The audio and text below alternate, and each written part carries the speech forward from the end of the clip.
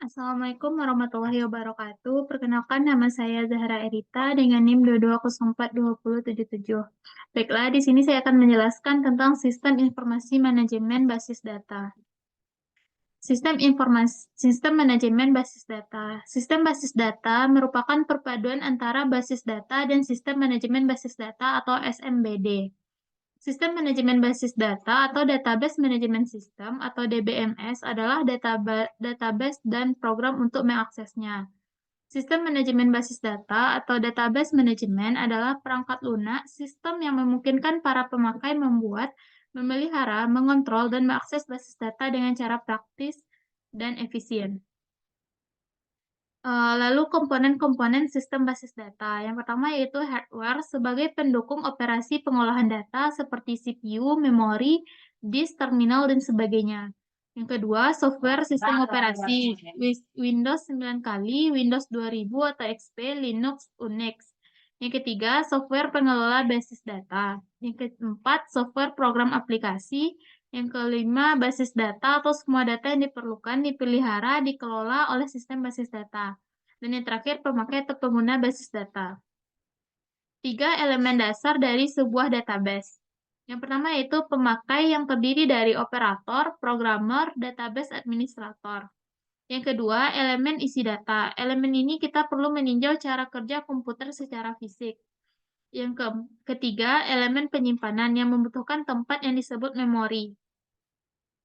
Peran basis data ada dua. Yang pertama itu sebagai komponen utama atau penting dalam sistem informasi karena merupakan dasar dalam menyediakan informasi. Yang kedua, menentukan kualitas informasi yaitu cepat, akurat, dan relevan sehingga informasi yang disajikan tidak basi.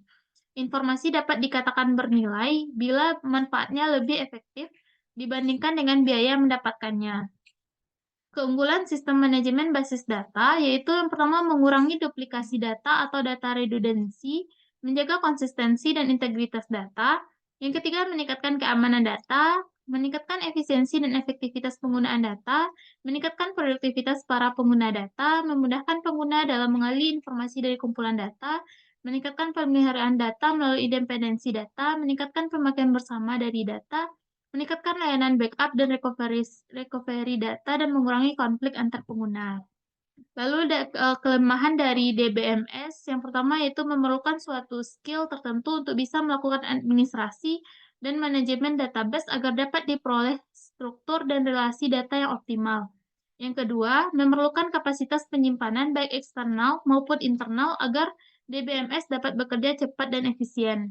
Yang ketiga, harga DBMS yang handal biasanya sangat mahal. Yang keempat, kebutuhan akan sumber daya atau resource biasanya cukup tinggi. Konversi dari sistem lama ke sistem DBMS terkadang sangat mahal. Di samping biaya pengadaan perangkat keras dan perangkat lunak, diperlukan pula biaya pelatihan. Yang terakhir, apabila DBMS gagal menjalankan misinya, maka tingkat kegagalan menjadi lebih tinggi karena banyak pengguna yang bergantung pada sistem ini. Hambatan dan tantangan sistem manajemen basis data. Memperoleh perangkat lunak dan perangkat keras yang mahal, DBMS mainframe masih sangat mahal. DBMS berbasis komputer mikro, walau biayanya hanya beberapa ratus dolar, dapat merupakan pengeluaran yang besar bagi perusahaan kecil. Yang kedua, kurangnya ahli database, di mana DBMS memerlukan pengetahuan khusus agar dapat memanfaatkan kemampuannya secara penuh. Pengetahuan khusus ini paling baik disediakan oleh para pengelola database. Biaya pemrosesan, yang terakhir yaitu biaya pemrosesan data sangat tinggi. Ada 4 manfaat dari DBMS. Yang pertama, untuk mengorganisasikan dan mengelola data dalam jumlah besar. Yang kedua, untuk membantu dalam melindungi data dari kerusakan. Yang ketiga, memudahkan dalam pengambilan kembali data. Yang keempat, memudahkan penggunaan atau pengaksesan data secara bersamaan dalam suatu jaringan. Lalu, materi selanjutnya, administrator database intelijensi buatan. Administrator database atau DBA, database administrator, adalah orang yang bertanggung jawab untuk mendesain, mendefinisikan, dan merawat fungsi, prosedur, dan standar database. Membuat database tersedia dan siap pakai, membantu pemakai dalam pemakaian database, merawat integritas data, mengawasi operasi dan menganalisis hasil kerja, mencatat dan menyimpan peristiwa yang berhubungan dengan database, meningkatkan efisiensi kerja operasional baik dari segi pemakai maupun dari segi database itu sendiri.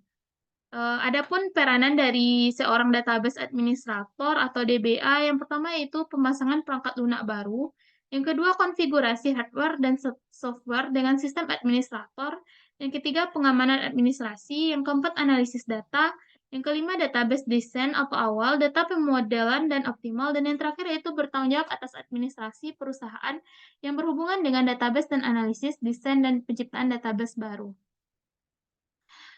Yaitu, intelijensi buatan atau artificial intelligence atau AI, atau intelijensi buatan adalah sebuah sistem yang berusaha mengajarkan komputer untuk berpikir. Maksudnya di sini adalah komputer diprogram sedemikian rupa sehingga dapat bekerja seperti orang yang sedang berpikir. Kecerdasan buatan dapat didefinisikan sebagai cabang sains komputer yang mempelajari otomatisasi tingkah laku cerdas. Karena itu, kecerdasan buatan harus didasarkan pada prinsip teoritikal dan terapan yang menyangkut struktur data yang digunakan dalam representasi pengetahuan atau knowledge representation. Ciri yang penting dalam artificial intelligence ini adalah adanya bermacam-macam fungsi dalam sistem robotika tersebut dan adanya kemampuan untuk pemrograman kembali. Ya, ada 4 elemen artificial intelligence atau AI. Yang pertama yaitu alat pembentuk atau development engine, digunakan untuk membangun sebuah artificial intelligence. Yang kedua, bank pengetahuan knowledge base berisi pengetahuan dalam bentuk cuplikan fakta, data, contoh, atau hubungan. Yang ketiga, alat penganalisis atau inference engine sebagai pengatur susunan pengetahuan yang disimpan di bank pengetahuan atau knowledge bank sehingga dapat digunakan oleh pemakai dengan mudah. Yang keempat, alat interaksi dengan manusia atau user interface, yaitu menghasilkan laporan jawaban beserta jawabannya. Ada 3 bentuk-bentuk kecerdasan buatan. Yang pertama adalah sistem visual, di mana di sini berhubungan dengan ilmu fisika optik dan teknologi grafik komputer, membedakan barang-barang dan fungsinya digabung dengan sistem robot. Yang kedua ada sistem suara, di sini berhubungan dengan alat pengenal suara dan database suara yang diubah ke bentuk digital untuk berinteraksi dengan bahasa manusia. Yang ketiga yaitu sistem robotika, di mana di sini berhubungan dengan ilmu fisika mekanika dan untuk memindahkan barang dari tempat satu ke tempat lain. Sekian materi yang dapat saya sampaikan. Terima kasih. Assalamualaikum warahmatullahi wabarakatuh.